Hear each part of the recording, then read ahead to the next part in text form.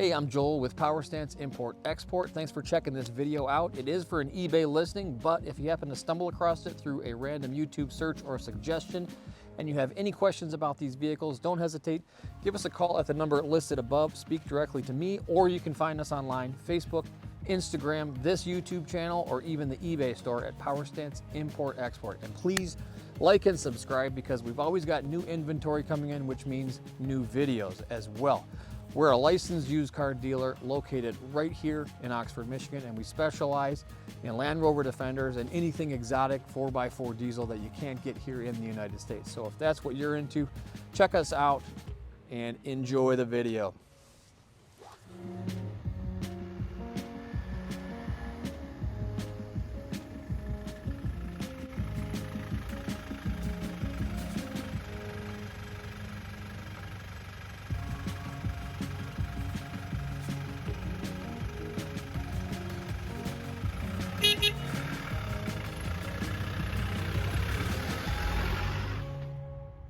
Hello folks, and up for sale today I've got a lovely Keswick green Land Rover Defender 90. This is a 1991 model. It is a right-hand drive UK import. It has been legally imported. It's now located here in Michigan and comes with a clean, clear Michigan title. Let me walk you around the vehicle. I'll show you the inside, the outside, the underside, and we'll take it for a test ride as well. Okay, so as I said, this is Keswick green. It has been repainted professionally, and I would say this paint job is probably only a year or two old at the most. There's very minor nicks and scratches from everyday use. All right, and I would say this is semi-professional. There's a little bit of orange peel on the hood, on the bonnet, and that's about it for blemishes in the paint. You know, a little bit of wax left over from being detailed, but no real blemishes at all. There's a little bit of a dent here from the inside right there, but pretty decent all around. Pretty good paint job. I'd say it's a 8.5 out of 10. So Keswick green, not a lot of these colors in the 1991 models, but the bonnet is fresh as well. Tiny little bit of rust up here actually, so this is an original bonnet, but pretty decent shape actually. Pretty glossy paint underneath. Under the bonnet here, this is a gorgeous looking 200 TDI turbo diesel, and as you can see, lots of new parts here. And when you can see gold paint on the engine block of a 200 TDI, that either means it's got super low mileage or it's been rebuilt. And this one has about 140,000, so this has definitely been rebuilt. You can see all sorts of new parts. Cylinder head, valve cover looks very clean as well. Injection pump, I believe this to have been completely rebuilt. Turbo looks great as well. Now, as you can see, we don't have a fan shroud here. We actually have an aftermarket electric fan, which is great, so it's not always coming on in the winter time, and it'll help the engine to heat up quicker. Radiator looks new as well. Beautiful, or newish. There's a couple little bent fins there, but that's a newer radiator as well. Intercooler looks original. Up front here we do have a set of aftermarket LED lights. Grill and light surrounds are standard. Bumper looks great. This looks to be a new bumper as well. That's in really good shape. We do have the wheel arches have been painted to match the body, and let's take a look at the bulkhead corners here. Those are in fantastic shape. I think I can see maybe a tiny bit of filler on the bulkhead corners here, but they are all very solid and in great shape now. Windscreen seal looks great. No chips or cracks in the windscreen. And we do have a nice set of Defender 5-spoke boost alloys and a little bit of a mismatched set of tires here. That one's a General Grabber. This one's a G-Radial Adventure MT or GT Radial. But the front outrigger is in great shape. There's your floorboards, great shape. These are aftermarket shock turrets, which is kind of cool. And there's a front look at the front chassis, a little bit of a skid plate there. Moving along here to the passenger side. Nice set of side steps with some aftermarket checker plate there on the door sills. Now the doors are in fantastic shape. It's kind of hard to tell, but it looks like these have been replaced doors for sure. These are not original. Only a tiny little bit of rust here, but these doors are in fantastic shape. And it looks like the skins have been replaced on the outer skins. And those are fantastic as well. So doors, bulkhead, chassis, all looking real good on this vehicle. There are no rear sliding windows. Those can be added pretty easily if you wanted to. Cappings, great shape. Corners, great shape. And we got a new set of shocks in the rear. And there's a good look at the chassis as well. And we will get underneath the vehicle later on. But I don't see any welds here where a new cross member has been welded on. This is a beautiful looking chassis.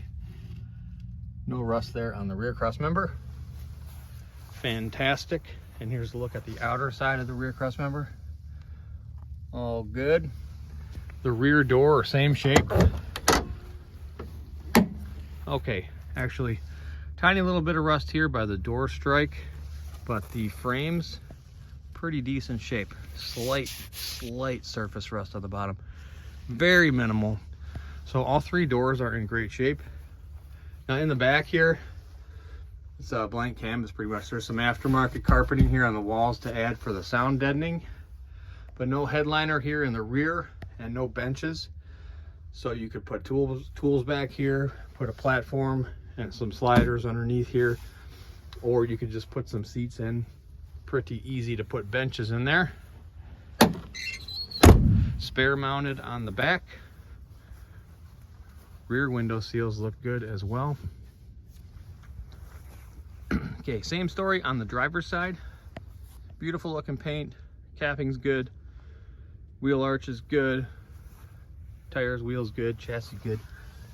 Set of Brit part shocks. Oh, there's a tiny patch right there. That's the only thing I've seen as far as welding on this chassis. As you can see, nice liberal coating of wax oil to keep the rust away. And vinyl covers on the seat boxes. These look to be original seat covers, so they do have a little bit of wear and tear, but nothing too bad. They're not ripped or torn. A little bit of wear here on the clutch pedal or the brake pedal, but some sound deadening material here. Looks like an aftermarket sound deadening kit, which is nice. Land Rover floor mats, door cards all in good shape. And we do have 141,000 miles on the clock. As you can hear, the heat works good. Glow plug light. Let's make sure we're in neutral. Glow plug light comes on and fires up. Alternator's working. Low fuel light is working. Fuel gauge is working. Temperature gauge working. And we do have a nice carpet aftermarket headliner in the front here. Set of speakers, but there is no radio at the moment, but it is wired for speakers, so that could be added later on. And again, very smooth running engine. This has been rebuilt and is in fantastic shape. It runs great.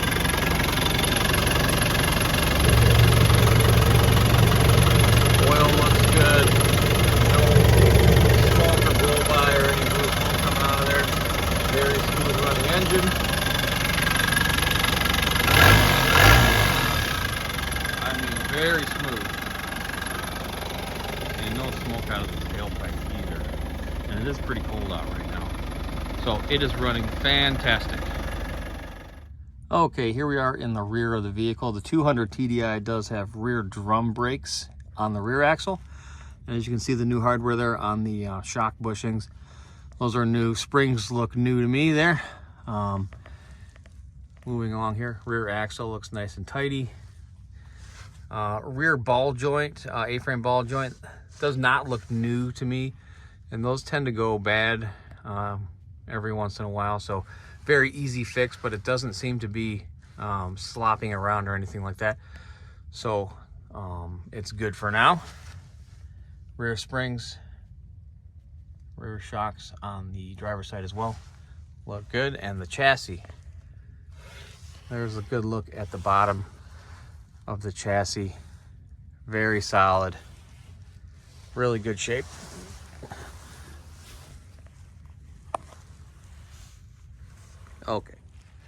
Okay, and here we are on the driver's side, and here's another look at that tiny little patch right there. Must have been just a really small hole that kind of rusted through and got repaired. There's your rear control arms. Bushings look to have a few miles on them, but I don't see any dry rotting or cracking. Now here's a good look at the fuel tank. That looks gorgeous. There's your chassis, front outriggers, and then there's your center diff, your muffler, and your rear axle. Looks pretty tidy. I don't see anything leaking out of the pinion seal. And then we'll take a look at the bottom of the engine. All right, tiny little oil leak coming out of the sump seal, but very minor, and that's pretty typical for these TDI motors. Very easy job to fix that. Front axle looks good as well. Prop shafts all look good. Okay, passenger side, front outriggers, front control arms, chassis, fantastic. Battery box, that looks great. And again, there's the rear axle, rear shocks and springs. Bottom of the motor, exhaust pipe looks good.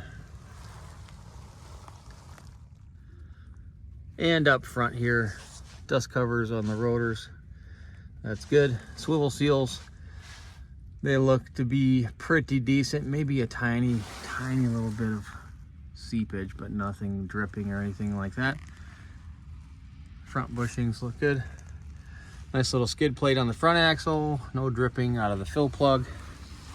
And an aftermarket skid plate up front here to protect the steering. And there's your drop arm, steering stabilizer, tie rod ends, and passenger side swivel as well. And here's a look at the bottom of the motor. It looks dry, but there's a little bit of oil there on the bottom. Very minimal. Again, the oil pan seal is a pretty easy job. Belts all look good, and chassis again, beautiful shape.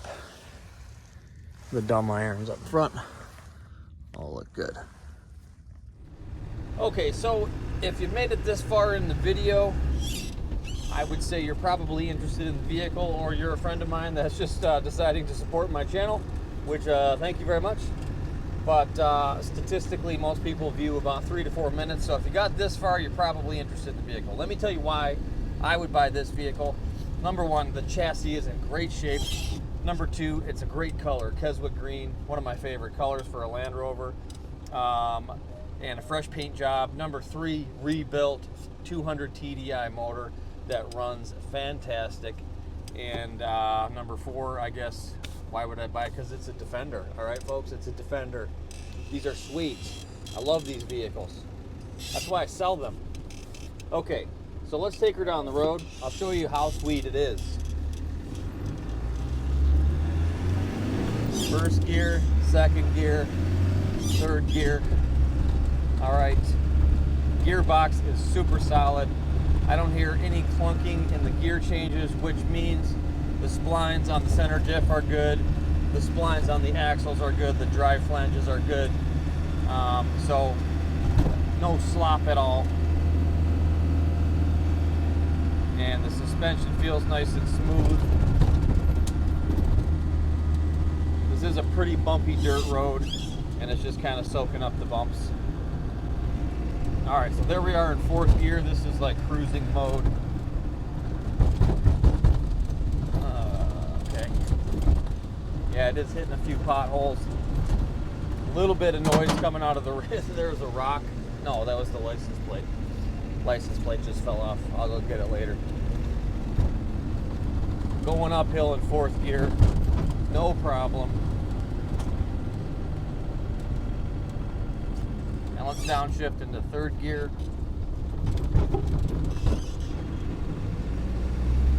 All right, accelerating. There's 40 miles an hour, 4th gear to 45, and 5th gear. Cruising at 45 miles an hour. Nice and straight down the road. Alignment is arrow straight. So let's go ahead and get on the brakes here nice and hard. Okay, didn't lock up the brakes. No squeaking. No pulling to the right or left at all. Brakes are doing great. Spot on. All right, so there's reverse gear. And there we go. One downside to not having the side windows is it's hard to see when you're turning right or backing up like that. But again, it does give you the privacy in the rear, and you can store tools back there and people can't look in the windows. So it has its benefits as well. All right, so there's 3rd gear again, and I know what a 200 TDI is supposed to sound like, it's supposed to run like, and this is it. It runs fantastic, and it sounds great. It's actually decently quiet in here. Yeah, it's a great little 90.